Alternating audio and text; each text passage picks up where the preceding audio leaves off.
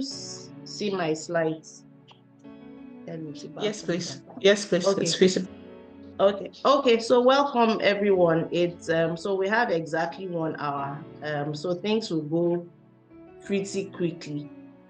We don't have time for introductions. I would love to have everyone's background, but yeah, we're limited on time. So, but if you could just post in the chat your name and where you are joining from, that would be nice as well. So I'm Omolola Alade. I'm a senior lecturer in public health dentistry at Obafemi Awolowo University, and I'm also doing a doctoral program in global health at McMaster University in Canada. Yeah, so I think that's enough for background. So obviously today we're looking at the use of theoretical frameworks in research. This presentation is geared towards oral health research. I see those names, Ilori, Oshogbo, yeah, thank you. Yes. So it's geared towards oral health research, but it's really applicable to research in all disciplines, and I will try to not to stay to broaden the scope of the research, to speak to examples that everybody can relate to.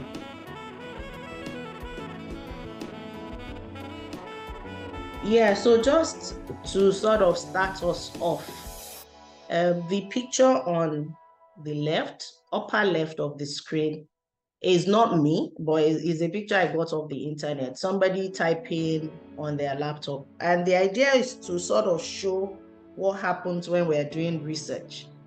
So for example, maybe I'm doing a research on acceptability of a healthcare service among a population of people. And I'm trying to sit down myself and type up the questionnaire. So I'm doing section A, social demographic characteristics. Then section B, I'm trying to come up with questions that would be valid, that will bring out the concepts that I want. So I'm struggling. Do you find this scaling and polishing? So that's something we do to clean the teeth in dentistry. Do you find it acceptable? And I'm struggling that, I can't use that word acceptable. I have to use another word. Otherwise, and I'm sitting at my laptop and struggling. Did you lose my slide? Because I just did. It's visible. We can see it. Okay, good, perfect. So I'm struggling at my laptop and trying to figure this out. But research is not about struggling on one's own. Research is about standing on the shoulders of giants. And I'm sure this is a phrase we've heard over and over again. We should build on other people's work. And that's really the essence of using theoretical framework. The idea of building on what other people have done and not struggling alone at our laptop in our isolated silo and trying to figure it all out. Somebody has worked on acceptability. Build on what they've done. So at the end of this presentation, I intend that we'll be able to define theory, theoretical framework, conceptual framework. Then we'll be able to identify the use of theory depending on the research approach that we're adopting. We'll talk about the various research approaches. And then we'll look at identifying ways of finding theory, because, I know what theory is. I know how to use it, but then how do I find this theory for my research? And then if we have time, we would apply a theory. We'll just look at the application of this. So sort of just an application. So theory, theoretical framework, conceptual framework. I must say that there's a lot of confusion in the literature about these three terms. So sometimes they're used interchangeably, sometimes they're really distinct, but I've read the literature and tried to make them distinct just for the ease of simplicity. As you advance or as you engage more with all of this, you may find that your understanding will evolve beyond this. But I think this is a good starting point. So somebody said, Wolf in 2015 says, if you separate a clinical problem from its theoretical framework, you have an answer to a local problem, but that answer is not generalizable. So when you use theory, like other people from other countries, from other contexts and settings, it helps to give you a more robust research than just you coming up with these concepts on your own. So we'll skip this because of time and just go to the next slide. So we're looking at theory now, theory. So Creswell 2015 says theory is an overarching explanation of how and why the exposure variable predicts the outcome variable. So how do these variables, so we'll talk about variables on the left. So sometimes we call them the independent variables, the exposure variables. How do they interplay to predict your variable on the right or variables on the right, which are the dependent or the outcome variables? Somebody else says that it's a way of explaining the relationship between exposure and outcome variables. So just a way of explaining. So if I take an example, if we say, so in dentistry, we know that a diet that is very high in sugar, refined sugar. So if you eat a lot of chocolate and sweets, you will come down with dental caries. You'll come down with holes in your teeth. So that explanation, how does my eating chocolate and sweets lead to me having a tooth decay, tooth cavity? That is theory. And theory is derived from Greek word theoria, which means looking at or being aware of. So you are looking at all these things and you are making sense. So you can just say theory is a way to make sense of complex reality. Like somebody will just say that, will just say, for instance, that eating chocolate and sweets will cause tooth decay. How? Why? So when you explain that, that's theory in a nutshell. So theories can be descriptive, so just merely descriptive. They can be explanatory. They can be predictive. They can be emancipatory or disruptive. So depending on your purpose, your goal for the theory, but usually in the sciences or in the health sciences, we'll do a lot more descriptive. So the first three, descriptive, explanatory, and predictory. While social sciences have a lot of emancipatory and disruptive theories. Now for theoretical framework. So we move from theory, just explaining complex phenomena in simple terms. How does this cause this? Or how does this describe this? And we're going on to theoretical framework. So theoretical framework can simply be defined as many theories, several theories, or it could be a lens through which you are viewing your research question, or it could be a blueprint that serves as philosophical, epistemological, methodological, and analytical approaches to your project, your dissertation, your research. And they have to be already established in literature. So a theoretical framework has to be established. For a theory, you could be like proposing a theory, generating a theory, or trying to prove or disprove a theory. But a theoretical framework is built on theories that have already been proven, that have been established. So you are putting this together to now form a holistic lens for your research work. Conceptual framework, on the other hand, is more focused on your individual projects. While theory is building on so many things that people have said about your general topic, a conceptual framework is your individual project looking at a map of the problem statement, the justification, and your proposed methodology. So it's your specific understanding of your methodology, your variables, and how those variables will answer your research question. So this is an example that we may have time for.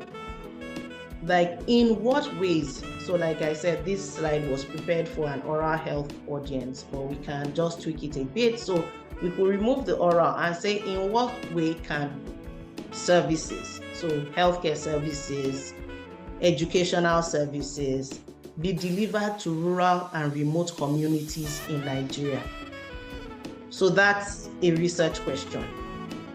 If you look at the question immediately below it, we have just 4 more words at the end of that question: in an equitable manner. So if somebody could, in the chat, maybe just 1 or 2 people in the chat, and say, is there a difference? Like, yes, no. Is there a difference between these two ways of phrasing this question? Or so just yes or no.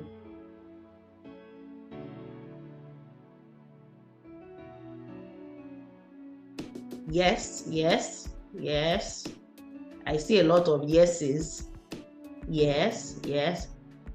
Oh, excellent. So I don't see any no. So yes, I think it's different.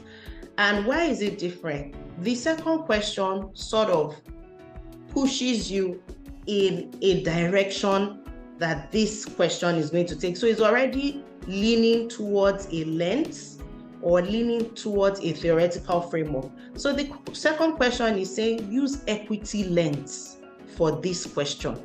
That means you are looking at rural and remote, maybe versus urban, and saying that are services equitably distributed? So equity, it could be in terms of, the financial resources, the road networks, or so many things, but you are primarily looking at equity, and you'll be looking for frameworks that describe service delivery in an equitable manner. So equity frameworks for service delivery. The first question is open-ended. I could choose to use a gender lens, or a cultural lens, or a post-colonial lens, or it's open-ended. So it's important that our research has direction, so to speak, is guided by a framework, because there are many directions. It could be, the first one, I could decide to go political, for instance, or geographic or something. But the second one has sort of said, okay, this is equity. I'm going in this direction. And that's some of what using a theoretical framework will do for us in our research. So now, how do we use theory? So I hope that we can now define theory. We can define theoretical framework and conceptual framework, and sort of see the differences between these 3 terms. But now that we have those definitions, in practical terms, how do I use theory in the different research approaches? So we'll skip this one. So the 3 major research approaches are the quantitative, the qualitative, and the mixed methods. Those are the 3 main research approaches. So the quantitative is like your cross-sectional studies, so your trials, your randomized control trials, your your observational studies, your cohorts, your case control, and it builds mainly on a post-positive paradigm. That's the idea that there's a reality, like there's a definite answer, there's one true answer. We may not be able to find that true answer, but we are trying to. So an example would be, how far is the Earth from the sun? So post-positivists will tell you that there's a definite kilometers, or like maybe it's 5 million kilometers or whatever, but it is definite. Now, with the instruments we have, can we find it? Can we find the distance? Or how precise can we be in our estimation of the distance? Or looking at healthcare, you could say, okay, what causes diabetes? That there's a definite answer. Now, how well, can we find that answer is a different thing. So quantitative research is about verifying theory. So you would start with a hypothesis and say that girls are more likely to brush their teeth than boys. And then you try to prove or what do you say now? Say that yes, the hypothesis was verified. The word is not verified, it's escaping me now. We accept the null or we fail to reject the null. So that's a post-positive paradigm in quantitative research. So what we do with theory is verify theory. So we start with a hypothesis and we do our test and we do this statistical test and we say the p-value is so and so we accept we fail to reject the null or we accept the null or whatever. Now, qualitative research approach is almost like the opposite of quantitative in the sense that it's built mainly on a constructivist paradigm. So that's not the only paradigm, but that's a major paradigm. So constructivist. And what does this mean? Is the idea that qualitative researchers will tell you that there are multiple realities. There isn't just one answer.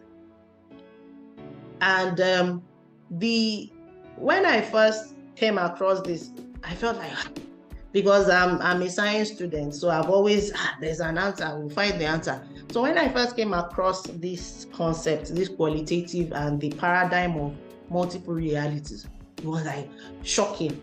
But then if you think about your research question, so the paradigm or the approach you choose usually stems from your research question. Like your research question will determine the direction you go. A lot of people will, because of their own background, try to fit a research question into this paradigm or that paradigm, whether it fits or not. But you should be guided by your research question. So a research question that will fit this approach that comes to mind is, what are the experiences of school children with mathematics, for instance? So there are different realities. You cannot just say every student must enjoy mathematics. Like that would be wrong of a researcher to have that mindset that every student must. Some people will enjoy it, some people will hate it, some people will be complacent, will be comme ci, comme ça, you know. I don't really know, but there are multiple realities. So what a qualitative researcher tries to do is generate theory. So going into this with no hypothesis, but trying to speak and now saying that, oh, I did this study about students' perception of mathematics as a subject. And well, I found one boy that disliked it.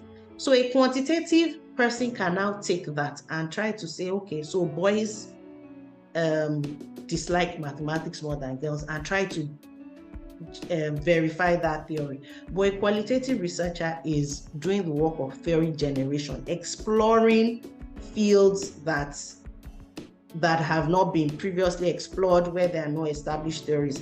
And qualitative research approach was really important for like Black people and for minorities, because most of the research that were done were conducted, of course, English is the dominant research language.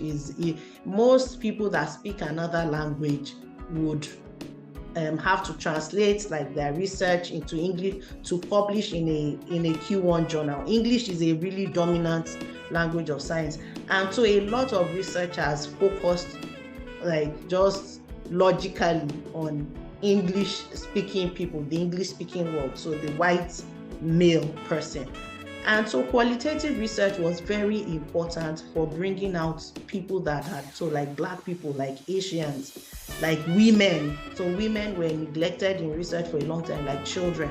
And so in using theory in qualitative research, you are thinking about theory, you are generating theories that a quantitative person may now take up to try and verify. Mixed methods is sort of the middle ground. I'll put it at the end, but it's probably better in the middle between quant and qual. So over time, people started to realize that research questions really simulate life in many instances. And in life, when we try to answer questions in life, we don't just use quantity or quality, we use both. So as a dentist, when a patient sits before me and tells me, I'm here to see you today because I have toothache, for instance, I don't just start taking numbers like how many teeth do you have, how big is the hole, which year did the hole start? I don't just start taking quantities. I talk to this person, when did this pain start? And then they tell me. In fact, before I go to when did this pain start, I talk to them as a human being. What is your name? What do you do? How old are you? What do you eat? What are your habits?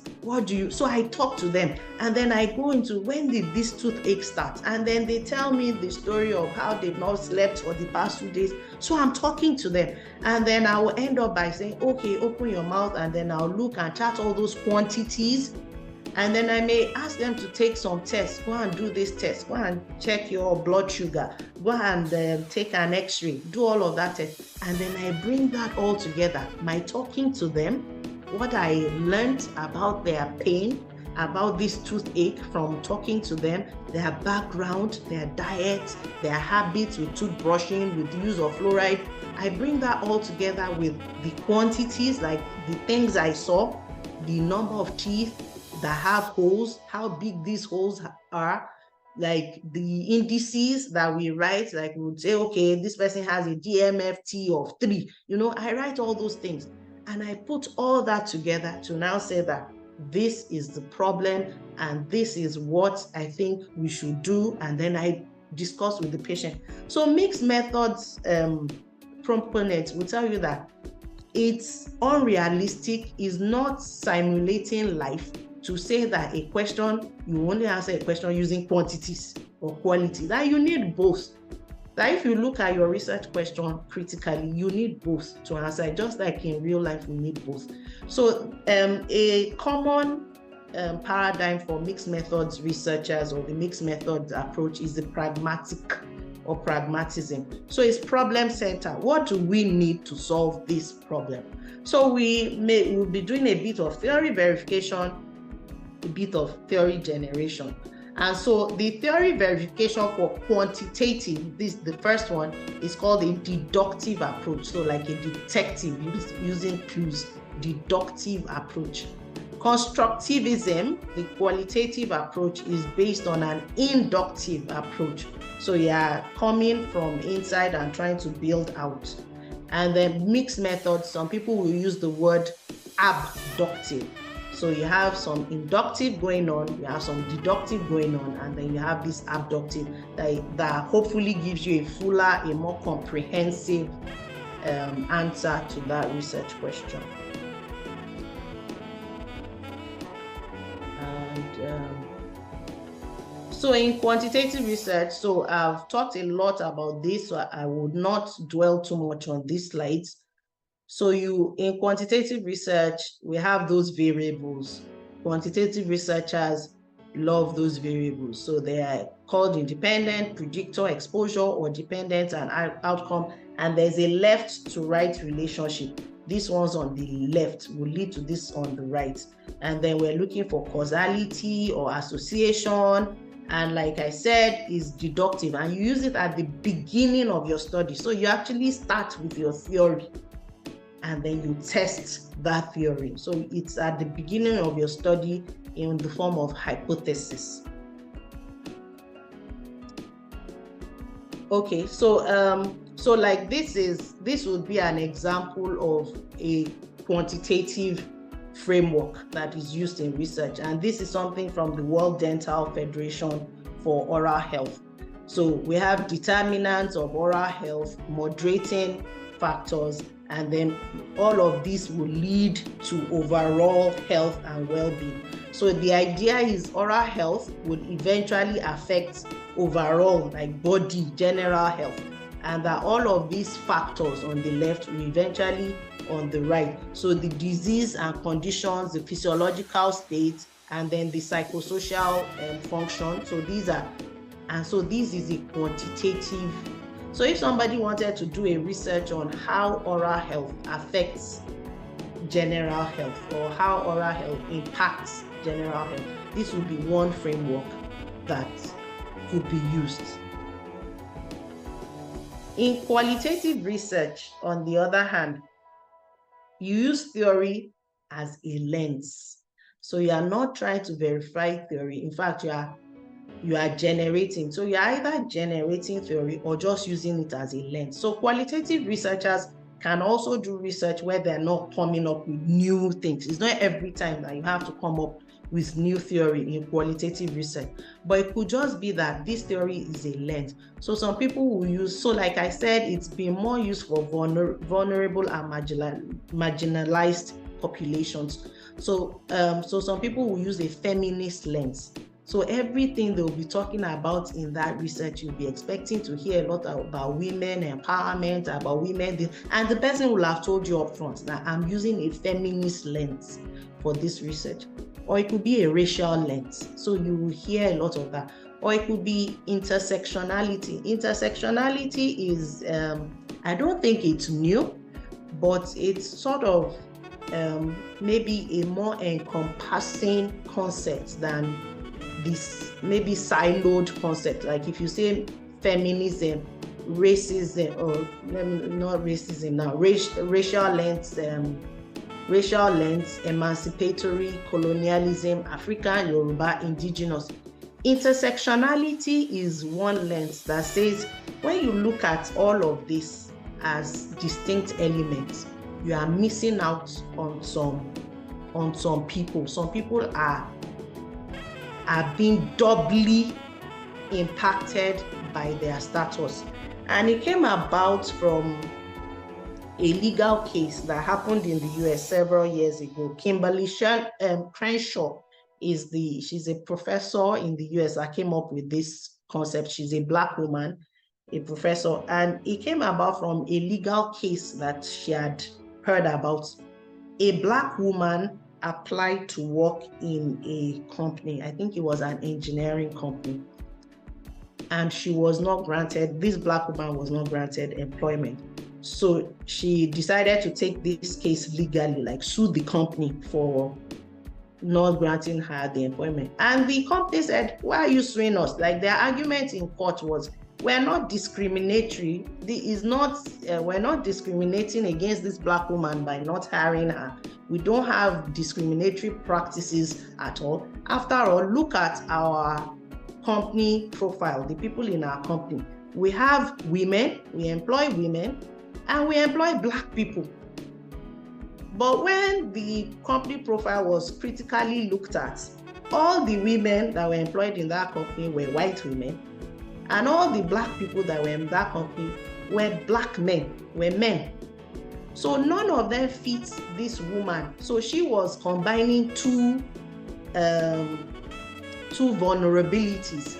She was Black and she was a woman, and it was just too much for the company to handle. So, but they were saying, look, we have Black people and we have women, but because she had this compounding of these vulnerabilities, it was a double jeopardy, if you can say that. So intersectionality tries to look at that. Okay, if you're a woman living in a rural area, uneducated, like just a compounding of inequities and inequality. So you could decide to use that as a lens for research in qualitative work.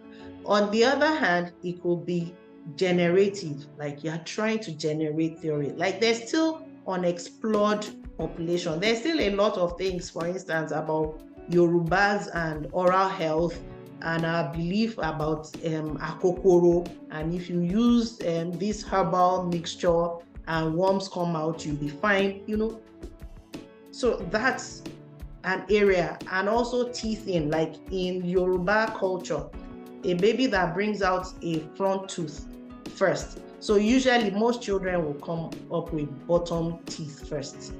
The small teeth at the bottom will come out first. But a few babies will come out with upper teeth. And in Yoruba is a problem because that baby is believed that anybody that baby curses will be truly cursed. Like it's as if the baby has these supernatural powers to place a curse.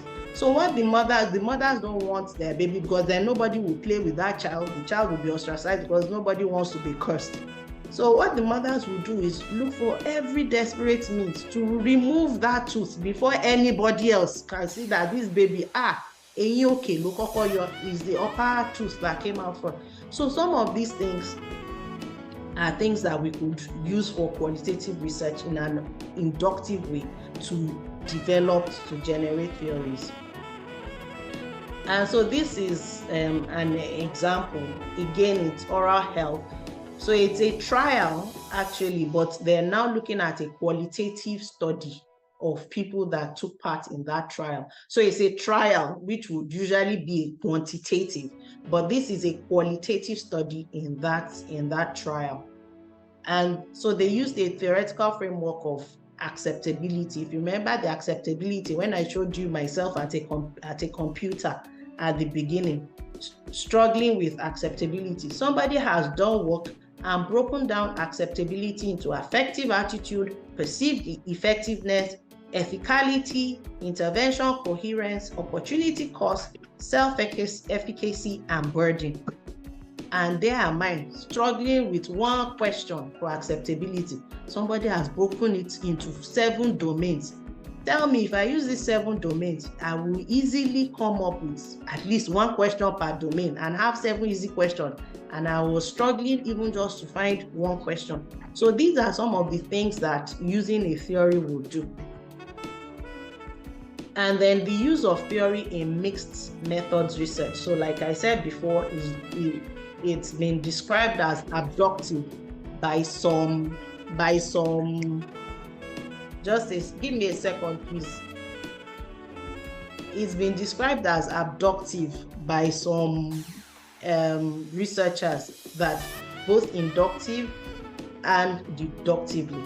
Then it can be used as a framework, so like social science framework, participatory social, so very similar to the qualitative. So you're either using, like you have a quantitative part where you have the refined theory, and then you have a qualitative part where you are using a lens or generating theory, or you could also find a framework for that research. And this is another example. So I have all this, all of this that will be given to you so that you would be able to go over these examples. There are more oral health, I must say, but I think anybody can find them useful. So this is an example of using theory in a mixed methods research. So they have the extended self-regulatory model. So it's about illness perception and management of illness, also called common sense model. So that may be 1 paper to read and see how they use theories. Okay, so we've had a section on defining theory, theoretical framework, conceptual framework. So I hope we can do that. Then we've looked at the use of theory depending on the research approach that we are taking. So in quantitative research, theory will be used deductively. In qualitative research, theory will be used inductively, and then in mixed methods research, theory will be used abductively. So that's what we've covered so far. Now I want to look at ways of finding theory. How do you find these theories?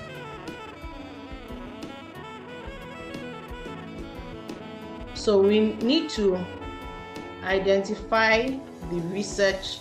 Let me just pause a bit. I see something in the chat. Let me just see.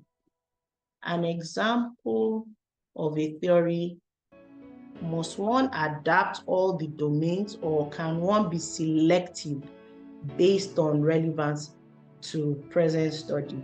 Yeah, excellent question. Yes, definitely. You can always, like you would say, I used a theory and I modified it. But the only thing is you need to justify your modification. A lot of work must have gone into that theory. But yeah, as a researcher, that's part of your role as a researcher, like to extend knowledge. So we can't just keep using theory just because it is there. But the idea is somebody has done work. If you are building on it and modifying, in fact, that is even better because you are not just taking it like hook, line, and sinker. So yeah, definitely we can modify theory.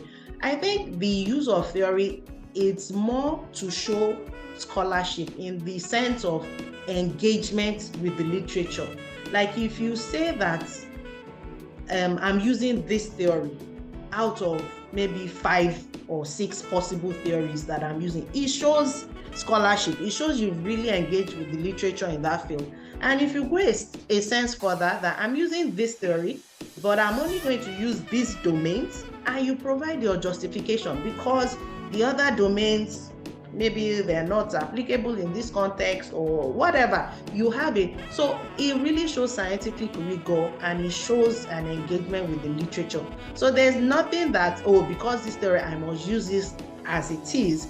But theory is important because otherwise you'll be starting every time from the scratch as if nobody has worked in that field before.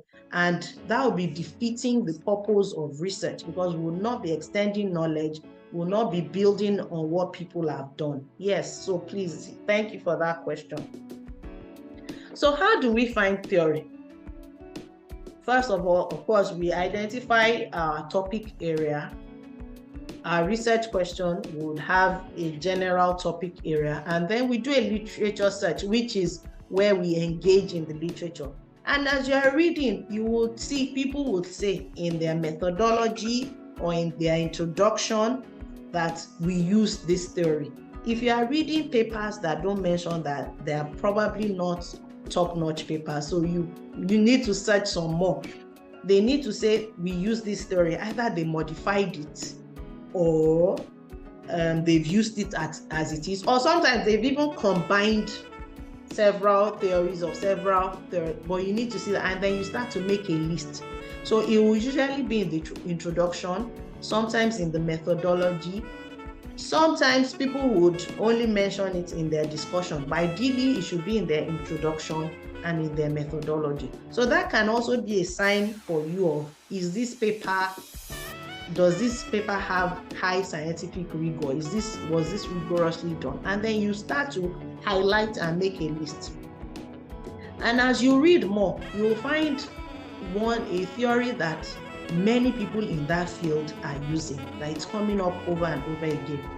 It's better for a beginner to start with such a theory. It gives you less need to justify your theory because probably your reviewers, the people reviewing your manuscript, or if it's a PhD work, your examiners, they're familiar with that theory. But if you choose a very obscure theory that's only been cited by the author that developed the theory, there's no doubt about it, you definitely can choose such a theory, but you have a much more to do with convincing people of justifying your use of that theory.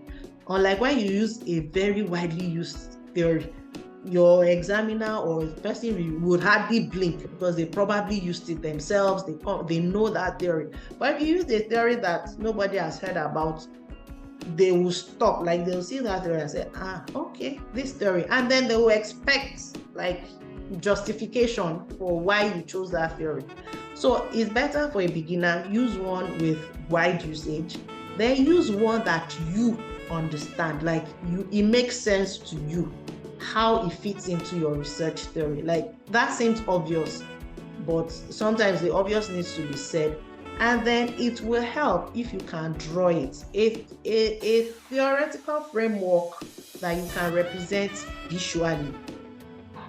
Number one, will help your understanding. Number two, you'll probably be able to explain, like in a viva defense or something, why you use that theory, because you not only read it in text, you were able to visually represent it. It's not every theory, it's not all disciplines that are amenable to this kind of thing. But usually in the sciences and in the health sciences, we are very visual, we can draw, but I also appreciate that not all disciplines will be amenable to it. So that's how to find theory. So it's a lot of work. It's a lot of literature search and reading the literature and actively looking for this. We use, like they would say it, just like in the previous examples we saw, they would say that we used like based on the so it is there. They would say that they used a theoretical framework of this, so it will be there in the papers. Looking for that. And these criteria are just some guidelines, from further guidelines for choosing a theory. Is it explanatory? Like, can you, some theories are very obscure. You read it, you are more confused at the end than you were at the beginning. So please, those theories, leave them for people that are starting, leave them for later. Go for ones that it makes sense. Like I said, that sugars and sweets cause tooth decay. And then I'm trying to look for a theory that explains this. I will look for one that the explanation. So the one that I use is the one that there are bacteria in our mouth. When we eat sugars and sweets, these bacteria are in everybody's mouth. Everybody has this bacteria in their mouth. Now, when we eat sugars and sweets, these bacteria will also eat this. They eat everything that we eat as well, and they produce excretory products as well. That theory is very easy to understand because it's building on a lot of things that people already know. The fact that we eat and we excrete. So these bacteria, they will eat as well. But in the case of sugars and sweets, when these bacteria eat sugars and sweets, the excretory product they produce are acids. And acid, what does acid do to calcium in science? If you put an eggshell in acid, the eggshell will crumble. And what is it that makes our teeth strong? It's calcium. So this acid that the bacteria produce will dissolve the calcium in our teeth and cause a hole to develop, tooth decay. Like anybody that has done science in secondary school, even GSS science, not even SS science, will follow along. So it's a good theory to use. And then, is it plausible? As you are saying, does it even make sense? Is it explicit? Is it parsimonious? So you don't want something that is so complicated that will start from 1 billion years ago. You want something concise that you can, in one paragraph with one diagram, show, and that will be some criteria for a good theory. So we've looked at we've looked at defining theory, theoretical framework, conceptual framework. We've looked at the different ways we use this theories or theoretical frameworks in different research approaches. Then we've looked at how to find theory and some criteria you can use to determine that, yes, I have a good theoretical framework for my work, for my research project. So this last one is an application one. So we'll just be looking at in real life applying this. So this is an article that I wrote and was published in African Health Sciences in 2017. And I literally copied and pasted this from my methodological section. This article, anyway, let me just go ahead. So in the methodological statement, my co-author and I, we wrote that the outcome of interest was Carey's experience.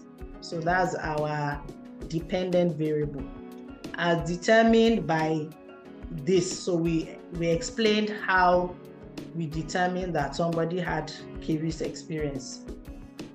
And then we said that the exposures, so our independent variables, were age, marital status, and educational qualification. And that was it. There was no further explanation to how did we come up with these explanation exposure variables. Was there a theoretical framework we used? what made us choose these ones and not some other ones? For instance, maybe choose socioeconomic status, maybe choose places where they live in, the exposure to fluoride, that we did not explain because we did not use a theoretical framework. And this is a 2017 article. As at 2017, people have been doing work on caries, I'm pretty sure, for hundreds of years, yet we did not engage with the literature in that sense. And so if I was rewriting that article now, if I was, this is an example of a theoretical framework that I would use. Not necessarily, but this is just something that I found and I felt, oh, okay, I'll look more deeply, look at other things, but this is one that I felt, oh, I could have used this. So it says, measuring the burden of treatment for chronic disease. So dental caries is a chronic disease. Oh, okay, so I looked at it, and then it has antecedents, it has some dimensions, and it has some consequences. So a way that possibly, if I was writing that article now in 2023 with what I know now, a way that I probably would have rephrased my that methodology, it would be, the variables in this study were categorized according to the chronic disease framework developed by, and I'll say as antecedents, dimension, and consequence. The antecedent variables were da-da-da-da, the dimension were da-da-da-da, and of course my consequent variable is the outcome, which is the caries experience. And that would show, like I say, an engagement with the literature, and it would show an engagement with the literature, and it will show scientific rigor rather than just our exposure variable was this and our outcome variable was that. So that is like a true life example of how the application of theoretical framework in research and how it can strengthen and improve our research as a whole. So yeah, so that's the end of the presentation. So rather than engage in this participatory activity, I will leave time. So we have about 12 minutes to go. I will leave this time for questions. So I guess we can pop that in the chat. And a way that you could use to simulate questions is maybe just telling me in the chat that from this lecture, this was very clear, I got this. Or from this presentation, this remains unclear, like this is still not clear to me at all. So I'm going to stop sharing at the moment. Let me see what slides I have. Okay, these are the references, so you get those, and then I'll stop share and we can just so that I can see the chat better. So thank you very much, everyone, for listening. I hope that it was fast. I know there was a lot of information that was condensed, but I hope that this was useful for everyone. Yeah, so if there are any comments, so if you could say, this was very clear, this remains unclear, or this is my question. Theory triangulation, yes. So somebody has a question, can you kindly shed light on theory triangulation? Yes, so that would be delving more into mixed methods research as a whole. One of the things that mixed methods builds on is just that idea of triangulation. Like if you get something quantitatively, you also get it qualitatively. Or let's say I was looking at, okay, we're talking about mathematics, students' perception of mathematics as a subject. So if I spoke with the students, I spoke with the parents, I spoke with the teachers, and they're all saying the same thing about, oh, mathematics is difficult. My child comes home, and that day when he has maths exam, he gets a headache. Nobody sleeps in the house. And the student says, oh, maths class. And the teacher says, the student, they're just looking at me. Nobody. That's triangulation. But if all of them are saying different things, you don't have triangulation and it doesn't strengthen your theory. So triangulation specifically for theories can be, okay, this theory says this, that theory says this, that, and when I test all of them, they are all like, I'm able to verify, or I was able to verify that one, but not able, so it's not strengthened. But if I'm pulling together theories for a framework, for example, and I test that theory, test this theory, test that, and it all saying the same thing, then I've triangulated that finding, like those theories are strengthened, and my evidence base for putting them together as a framework is much stronger. Okay, let me see. I think let me just see that I didn't miss anything on the chat. Thank you. There's some people I know personally that are. Thank you. I see you. Hey, can you share another theory, e.g., theory of application? Unfortunately, I cannot. You'd have to read. So I don't understand what you mean by theory of application, but you would have to engage with your own literature. Like I said, like theories are not just something that I have a list of theories, but my list of theories are related to my own research area. So I have a list that I know, like theory of plant behavior, proceed model, health belief model. So I have a list of theories that I go to and I engage with, but to just give me like a field that says share a theory here, I can't do that, because you have to engage with your own literature and find the theory. Okay. Theoretical and conceptual framework. So theoretical framework, many theories coming together in that discipline. Conceptual framework, your own projects, how your justification relates to your methodology and how your variables will interplay in your own specific project, research projects that you are carrying out. So a theoretical framework is like very broad. Anybody can use a theoretical framework, but the conceptual framework for your own project will be very specific and distinct to your own project, because it's going deeply and mapping out how the different parts of your own project relate to one another. Let me see. How can a framework, so I discussed independent and outcome variables in a conceptual framework. How can a framework accommodate intervening variable? Yes, you draw it. So the very simplest framework is left to right relationship. But if they're intervening, you draw it like, does this reduce, like if this is present, does it reduce the impact of the exposure on the outcome? You just draw it and say what happened. Is this an effect modifier? Is this a confounder? Is this protective? If this is present, does this exacerbate the impact of the exposure? You just draw it or explain it in text. It's your project, you know what like the main variables, and then you know the intervening variables, and you just explain or you draw them as needed. Let me see.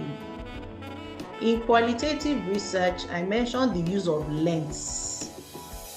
This is more deep. Okay, so qualitative research, remember, you are either using a length theory as a length, or you are generating the theory yourself. So when you are using it as a length, that means you are telling us upfront that this research I'm going to do, I'm using a feminist lens. So don't ask me, what about women? What about men? Or what about children? Because I have told you that this research is going to look at women and whatever the issue is. Maybe women scientists. I'm looking at